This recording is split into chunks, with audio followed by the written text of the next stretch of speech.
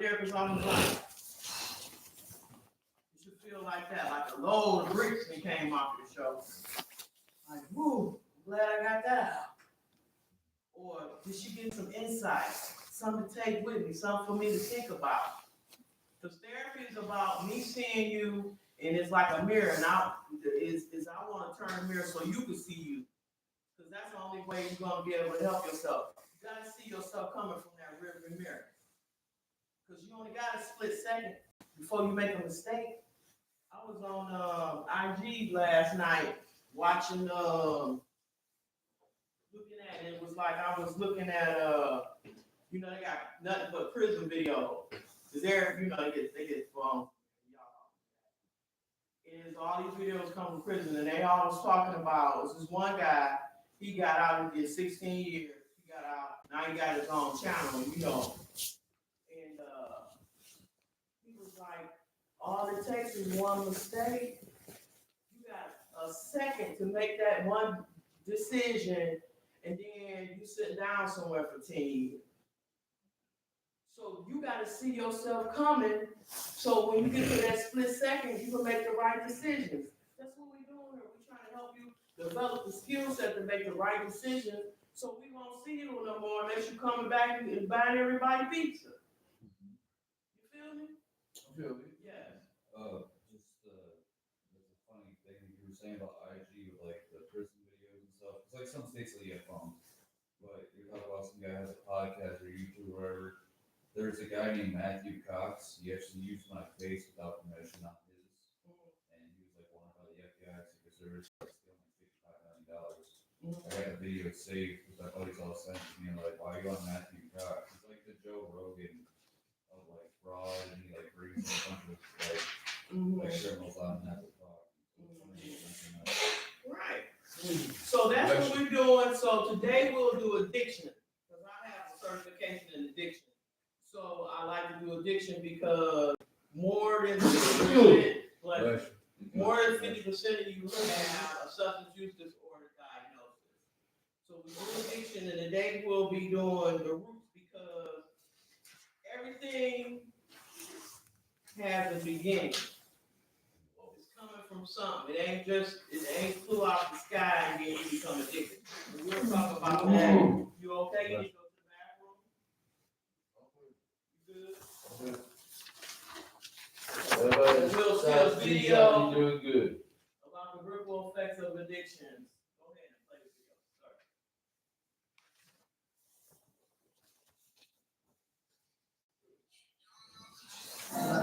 video. Across the country, you can earn an affordable degree online at Southern New Hampshire University. I'm the first in my family to go to college. I have 4 kids, and I wanted them to see me earn this degree. Destination is committed to your success. If you're thinking about going back to school, I'm very proud to be here today. It's nice to see all the families happy for their loved ones. I'm very proud of you. I'm so proud. we all live here. Visit destination.edu.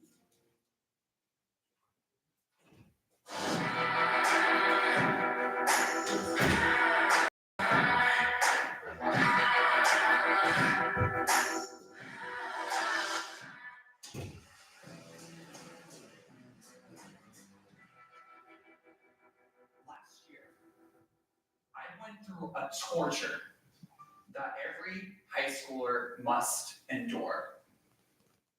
Health class. Now, I remember health class very well, and there's one thing that struck me the most about it. It was our unit on substance abuse. I remember sitting there and the teacher lecturing us about how drugs affected you, how you would go through withdrawals or how your teeth would start rotting out. But that is only part of the story. Today, I'm going to tell you the other part of the story. The emotional ripples that substance abuse causes. Think of substance abuse as a rock being thrown into a pond. As it hits the water, it creates a ripple effect. Small waves that get larger and larger as we move further away from the epicenter. This story starts about 4 years ago, where my hypothetical pond was clear and there was no ripples in it. 4 years ago, I was a happy 12-year-old living a life. I was immersed in many activities, especially in STEM and performing arts. I had a mother and father who both worked, and two sisters, one older, one younger.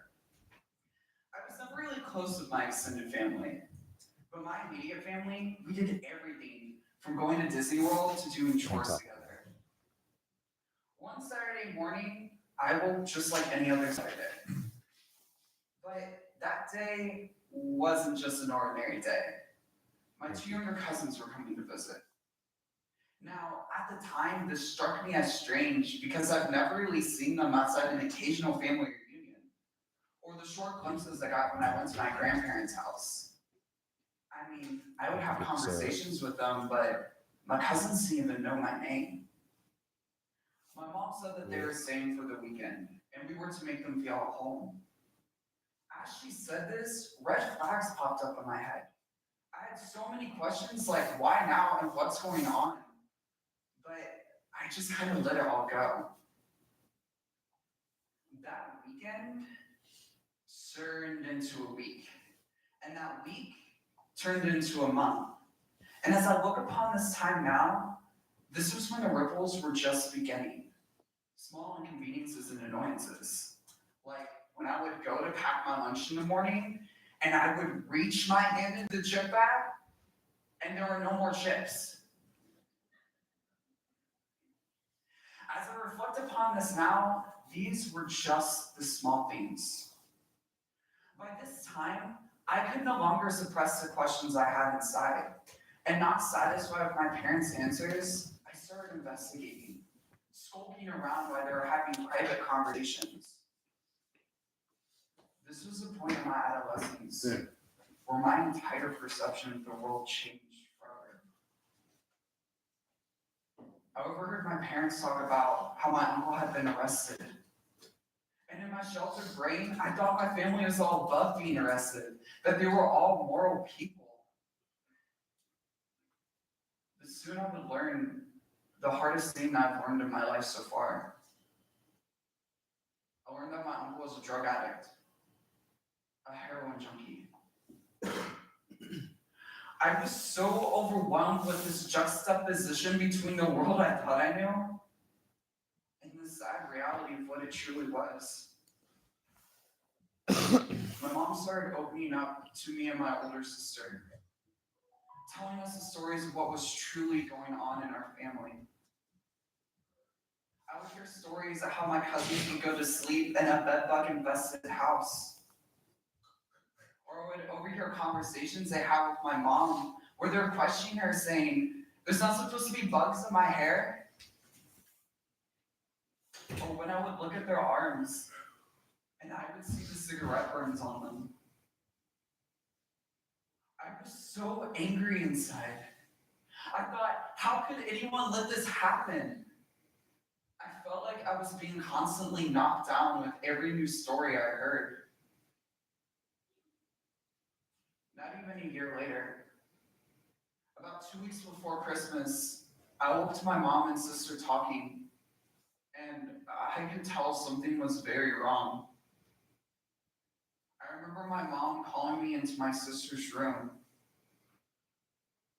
She looked at me and said, "Your uncle died last night." The truly cool part of this was, I didn't even feel sad. I had become so numb to the constant waves knocking me down that I didn't feel anything anymore. All I could think was, this is all over. But sadly, I was wrong. After my uncle's death, my family fell into anarchy. Where my life had been previously peaceful and happy, the new normal became constant fights over visitation and custody of my cousins. And angry family members breaking into my house. There were school nights where I would sit by my door with a baseball bat, praying that I wouldn't have to use it, just praying that this would all stop. You can bring it back up here and put it on the table. All I had left was a mother who soon became ill and had to leave her job. A father who has to work nights just to keep us afloat. An older sister who went off to college and dreads coming home because of fights.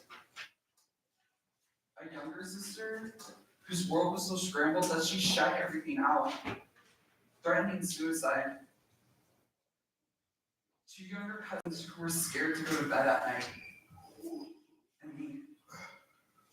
A then 14-year-old who stayed sane by throwing himself into extracurricular activities, spending 14 hours a day at school. And I have to say, if it wasn't for the overwhelming support I got from friends and teachers, I would not be standing here today.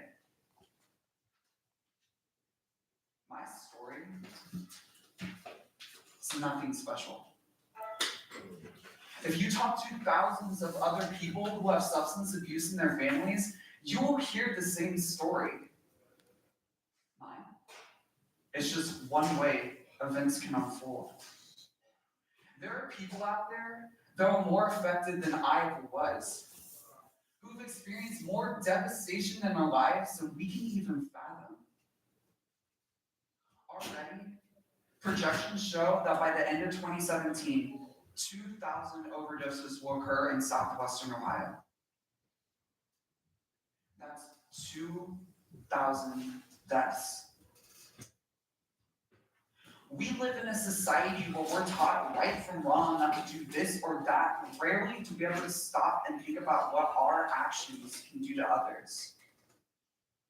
I propose a society where we have a health class where we don't just teach our younger generations about how drugs affect you, but we teach them about the adverse effects they have on everything around them.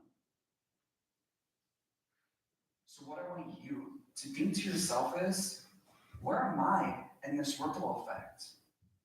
And next time, before you make a decision, don't just think about how your decision affects yourself. Think about how your actions affect others.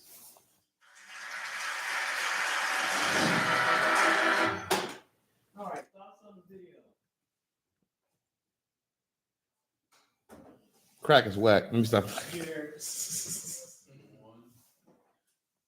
No, everybody says that addictions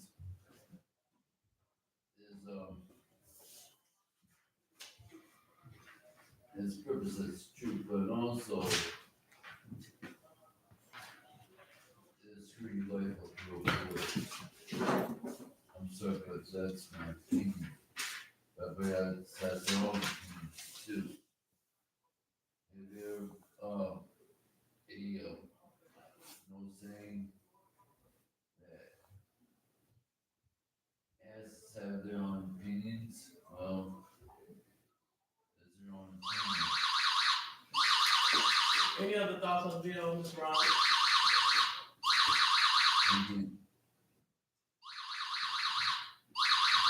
It's not only you think you hurt yourself, you hurt those people that really care for you. So don't think I ain't hurting nobody. Yes, you are. Hurting you and your people. So take up some agency, take a little bit more responsibility, be a little bit more skillful on how you take accountability. You may not be an addict, but the person that is in your environment, it tends to affect you as much as it affects them. Like he was saying, he spent 14 hours in school. That's you're only supposed to spend like 6 to 8 hours in school. So that additional time is like not wanting to go home, go back to my environment. So you got to preoccupy yourself for that doesn't reach you or affect you in a way that it normally shouldn't. It was like he was describing the trauma of his family members, but he was also describing the trauma he went through based upon it. So he was experiencing depression, anxiety, just as well as the people he was talking about. Absolutely. Anybody else? Yeah. Yeah, so like what I heard from what he was saying, what I got the understanding out of it was when you actually actually doing the drugs, and you know it start to take control of your everyday habits. You know, as far as you know doing certain stuff and out being productive and stuff. It's still slowing you down because you're not noticing that you feel that the drugs are taking control of your every action. So, you know, it started to bring you back more and the reality starts to go, like it started to work against you instead of working with you because you don't know exactly what it is that's going on. So, ask your therapist if you have a substance use disorder diagnosis. Sometimes when the court send you here, they want you to do substance use disorder. That's why I present.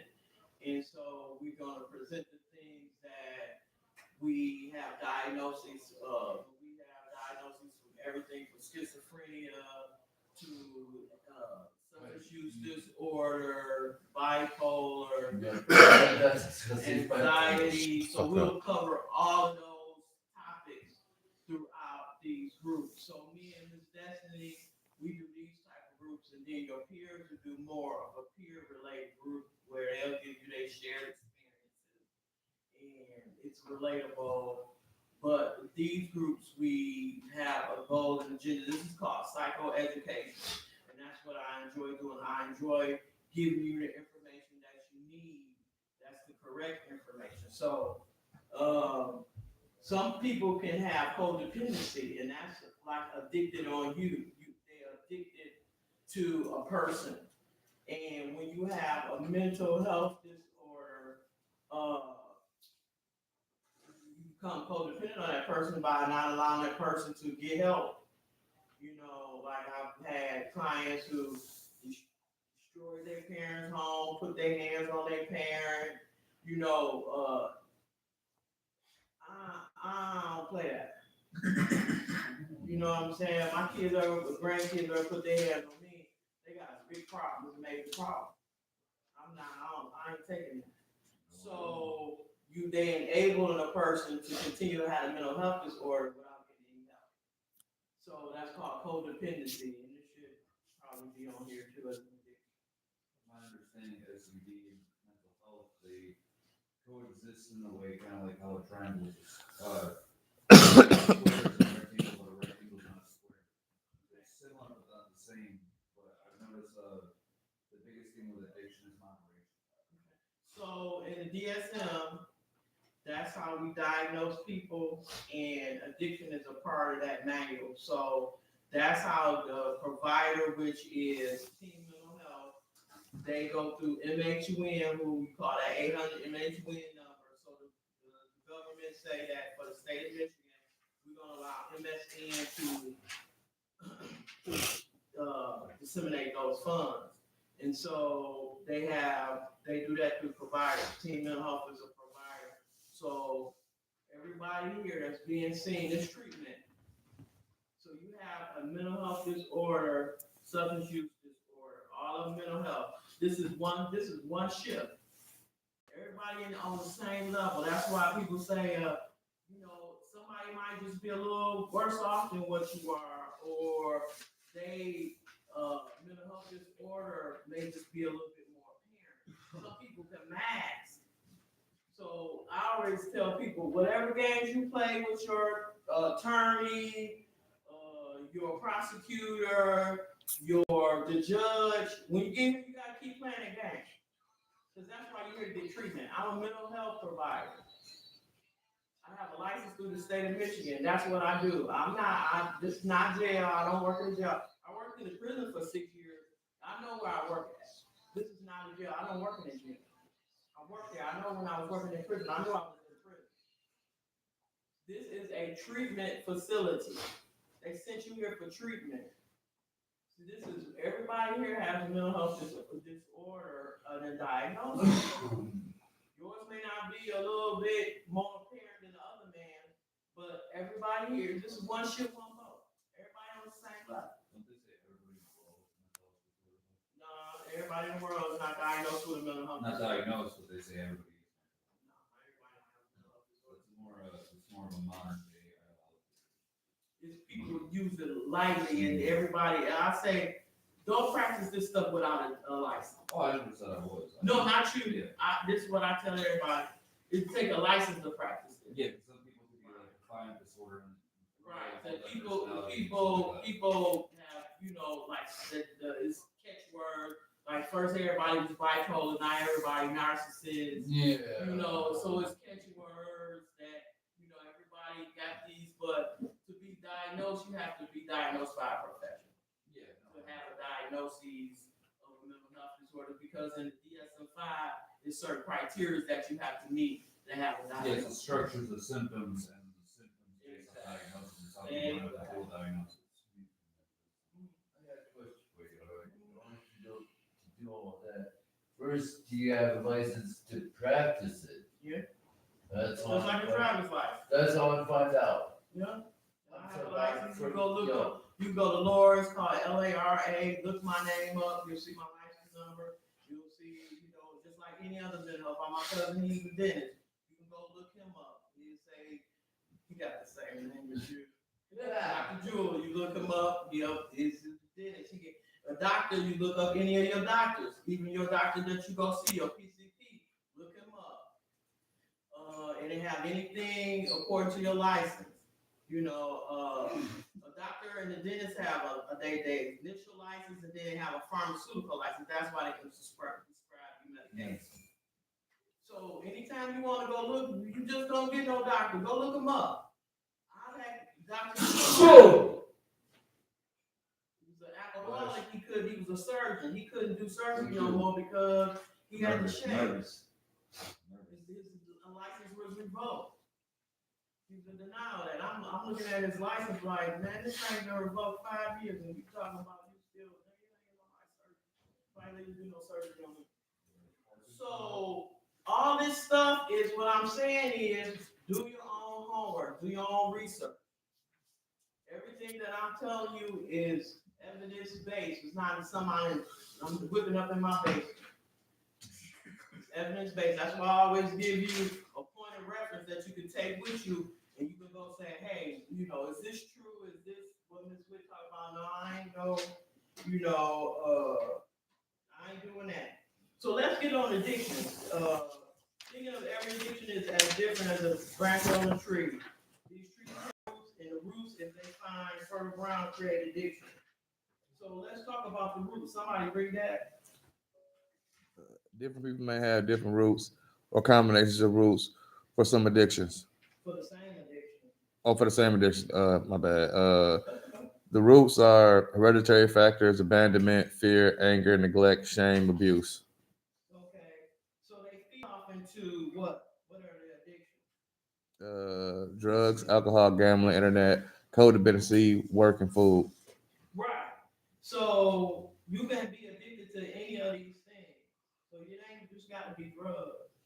But we do drugs and alcohol. I have a certification in gambling. You can be addicted to the internet or to video games. Codependency, we talked about that one. That's being addicted to another person or people. Work, some people workaholics they call them, and then food. Some people addicted to food. There's another one on here that I feel like is another addiction because a lot of people have it. Sex. Yeah, sex. That is truly an addiction. Sex can be an addiction. So anything that's doing what? Yeah, that dopamine, give you that whatever rush. People,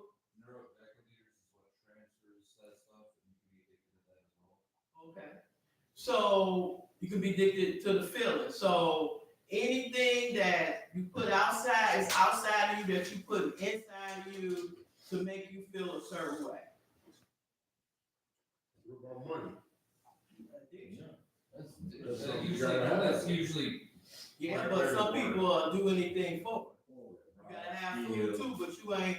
I've seen this lady last night. This guy, he's an African guy, and he, you know, had that screen where he's talking and the person, you know, you've seen these videos, and he's talking and he got the accent, so it makes it kind of funny. And she eating a whole thing of sausage, a whole thing of bacon, got like 12 biscuits, 6 waffles. I mean, a whole family meal. Now we all gotta eat, but we ain't gotta eat that like that. I mean, they order some stuff and then, 600 pounds already. And then you hear them, they say, oh, when I eat, I feel better or I feel good.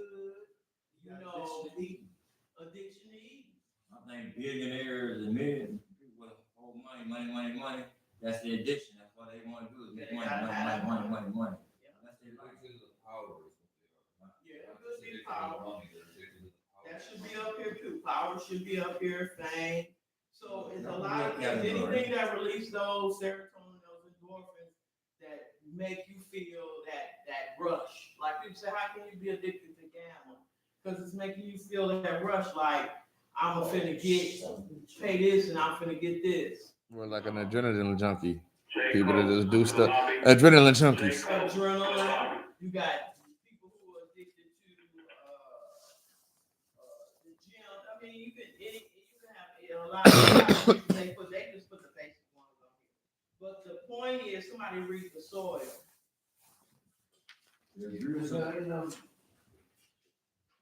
The abuse of in-kind provides fertile ground for the roots of the tree, develops through addiction.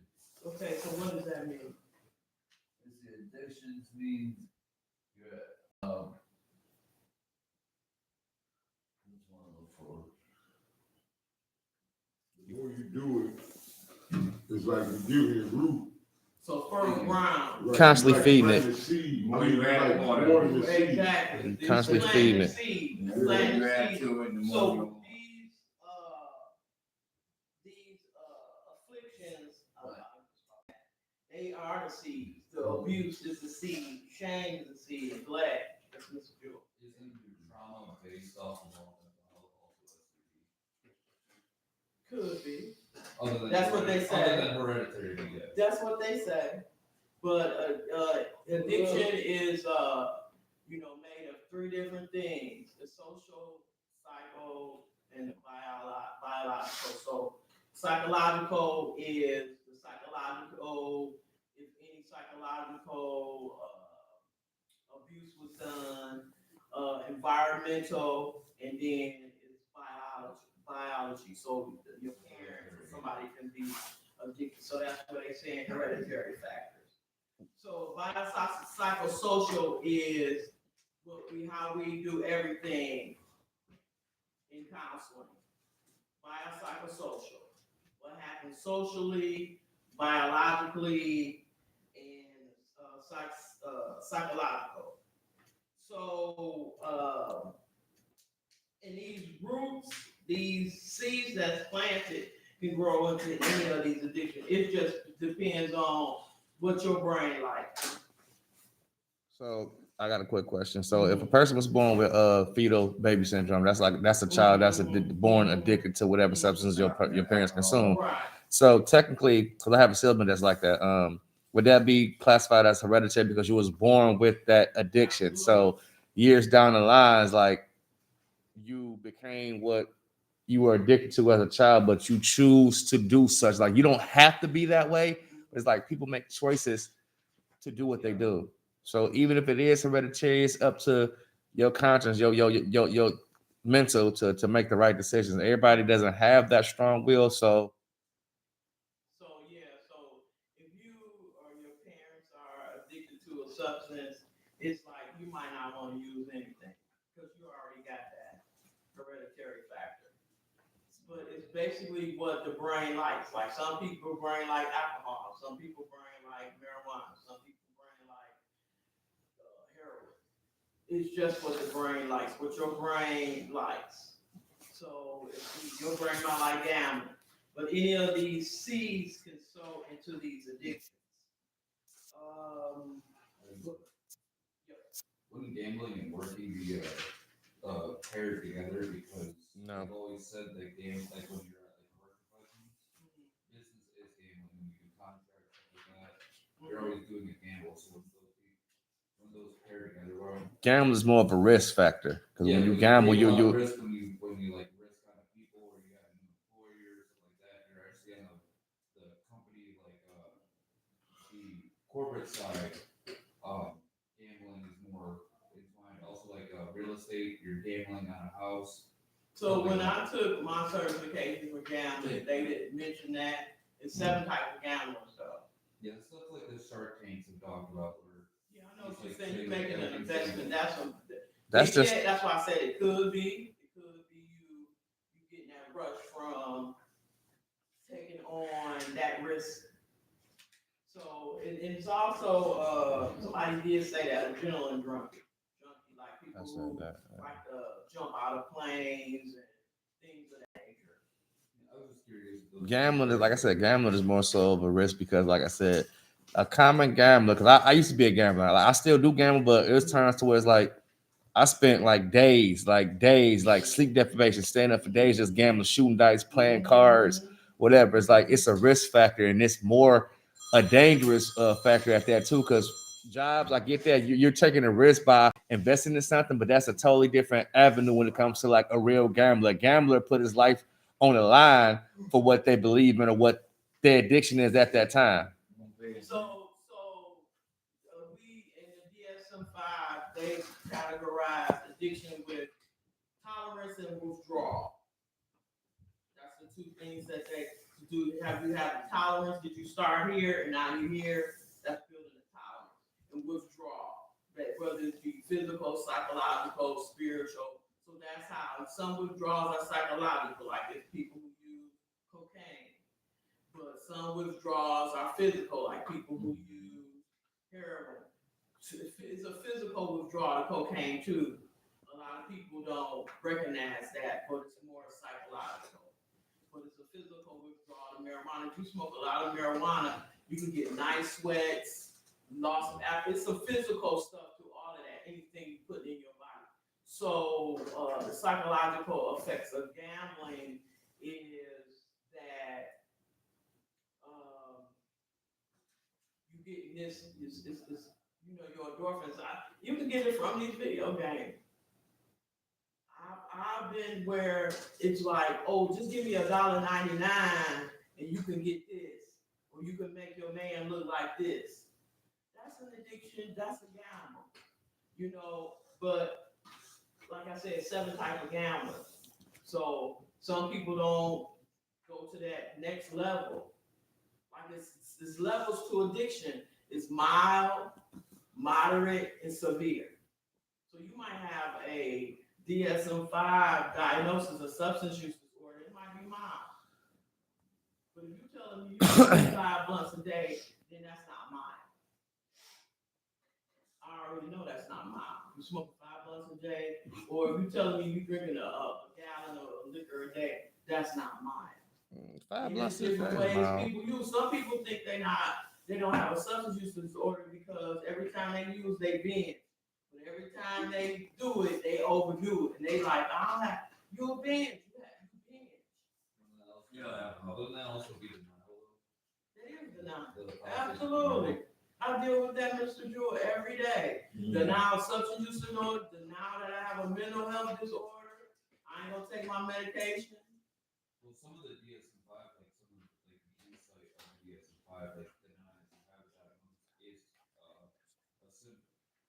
Yep, that's a symptom. Denial is a symptom of the outlet. And you got them kind that functional alcoholics.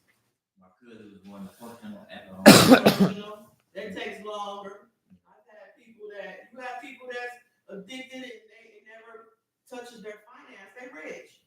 But we've seen plenty of stars die from addiction, overdose, they killed themselves, or you take too much. I had a client, he was an alcoholic, and he was a carpenter, he was a master carpenter, and he built houses. He ain't had no money problems, but he was ingesting so much alcohol, usually over the weekend, he had that disease where you have your esophagus, and they'll die, they'll drown in their own blood.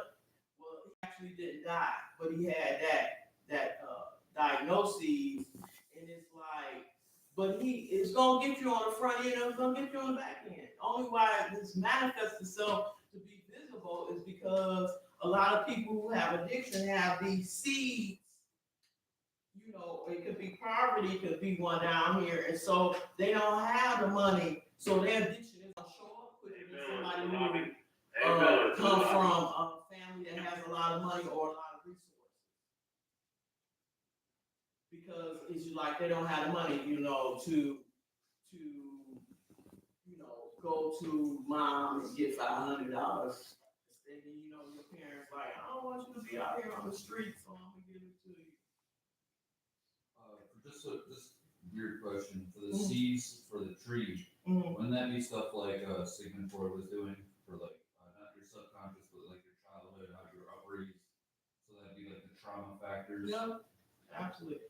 That could be Freud is he was the godfather of all this, but there's many theorists that like Young and they came after him that expound on his initial findings. But he does that psychoanalytical so that 0 to 5, but it's other theorists that took that further. And so yeah, but he is the godfather. You got to go to Freud. And so in here, when you are being seen by a therapist, they actually supposed to tell you what theoretical orientation that they're doing on you. They should know.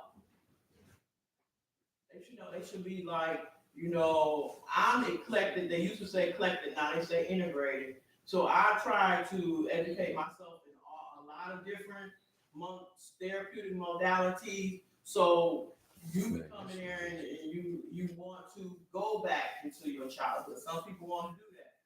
And then some people come in there and say, I don't want to talk about that. So we ain't gonna talk about that. There's not percentiles for like this, for example, these trauma-based seeds. Okay. Branching off, isn't there percentiles in actual books for that? What is percentile? Like there's percentages of like your outcomes of statistics. Always, you're gonna have always, you're gonna have that empirical evidence or those journals. So if you ever want to look at statistics in regards to anything, what you do is you'll do your research. And I'm not talking about Google. I mean, Google is not an evidence-based place to do research. I'm talking about you're gonna look at medical journals. So when you go get your doctor's degree, usually that's who does the research to any of the statistics that we have. So you go in there and they say, well, I want to write my thesis on this. So those are how we get our, and they usually in medical journals. So you have to go to the medical journals to get that information. I actually did a paper on what's the best, what is the best treatment for substance use disorder. And it basically said people who made the 12-step meetings at the end of the research that I did. That's why like people say, I don't want to do those meetings. I'm like, well, research says, not me. Research says that people who are the most successful is usually successful when they do those meetings. And usually it's in the first 90 days whether they're going to be successful. Usually the person who's not going to be successful usually relapses within the first 90 days. That's what the research told me. So if you want to do research, and that's what I'm talking about when I say research, is, you know, that's where this information is coming from. Yeah, Because I forgot what the department is. There's like a whole chapter that does stuff like that, where they use statistics. I forgot. It's actually in a song that was that talks about it. Look very interesting. So if you, like I tell people, go do your own research. Well, Do your own research. You ain't got to believe nothing I say. I believe that too. No. I don't take nothing personal. I ain't that kind of I know woman. that you can find My bad emotions sources. ain't on my sleeve. I got it. You can find bad sources on the internet. Yeah. Same as the wiki. Yeah, I don't do none of those. I don't consider that research. That's just anybody can put anything on Google. But they have government websites. Yeah, Wikipedia. Yeah, they do have. It's Not Wikipedia, but the actual .org, like from the U.S. government. Yep. Yes, sir. Now I was gonna say I believe in that treatment. Like you were successful if you don't complete something for 90 days. Like as far as your substance abuse is concerned, because I have a cousin. She been on drugs. Elder cousin. She like 60-something years old. She was in rehab for like several months, but like within like 3 months, 90 days of her being released, like literally, she's back to doing what she knows best. And they give you an aftercare program. When I worked in substance abuse, it's still substance abuse. And But when I predominantly worked as a residential treatment facility, I had an aftercare program, and it was like, I would do whole groups on like don't go around those people that you used to use with because they're gonna influence you to use more than you can influence or not. What are you going back there for? I feel like the ones that can't shake their addiction is more neurological. It's like something that's on their brain is telling them they need this to be who they are. To It's feel like, normal. yeah, they need it. It's Like neural that's like pathways that you created in your brain when you use drugs. that's like a So person. recovery is to create new pathways. That's why they tell you it's been a study that's been done for millions of dollars that tell you that to create a new habit, it takes 90 days. They did it for smoking, but they used it for all the other things too. And substance use disorder is one of them. That's why in the groups, when you go, they tell you to make 90 meetings in 90 days because research tells us that is what it takes to build a new habit. So what you've done in the last 90 days, you'll do in the next 90 days. That's when I have clients and they think that when they hit Jefferson, like they're gonna start. When you hit Jefferson, you're not gonna start. You're gonna do the same thing you did in these last 90 days. So a lot of times people do 90 days in here, and to me professionally, they are not ready. How do I know they're not ready? When they're showing up to groups, when they're showing up to therapy. And I don't mean showing up, when you want to, crawling out of bed. I mean, you should be already, if you know that you have an appointment at 9:30, you should already be in the lobby at 9:30, because if I told you that I have $500 if you come down there at 9:30, everybody be down there at 9 o'clock knocking on my door. So you telling me your life is not more than $500. This is your life you're talking about. That's worth more than $500 to me. Be more to the lobby. Be more to the lobby. This is your practice ground. So you shouldn't be doing this 100%. You should have hiccups so we can figure out where you need what you need to work on. So we expect a hiccup. So if you get an infraction or you made a slip up, then now we know what we got to work with. So don't think you're gonna do this perfect. There's guys that sit here and they think they're doing this perfect. You think they're doing it, but I know they ain't doing it perfect because they ain't talking about nothing. They ain't getting this stuff out. You got an opportunity to work on yourself here. To get all the past, you got an opportunity to leave it right here and not take it with you. That's your opportunity right here. You have nothing but professionals. If I wanted to, if I put all my credentials on the board, I have 21 letters behind my name. You ain't gonna use me? Where they do that at? If you have people who millionaires and they'll say, hey, I want to learn how to be a millionaire, they're gonna go to people who are already millionaires. You got all the people that work in these buildings are professionals. You're not gonna use this. That's just like having $1 million at the bank and you only going to get $10 at a time. But the average person don't really want help. They can say they want it, but An adult, action wise, no. An adult knows when they need help. I got a therapist. She good. I like her. But when I need to go talk to her, I go talk to her. Ain't nothing wrong with that. Because I know I can't keep, it's called, secondhand trauma. And I'm hearing all these stories every day. I have to go release that somewhere. Not tell them the stories, but, I have to go and make sure that I'm okay. Yeah, they say. I don't want to be the messed up therapist trying to help somebody else where my client is trying to fix me. That ain't how it go. That's unethical.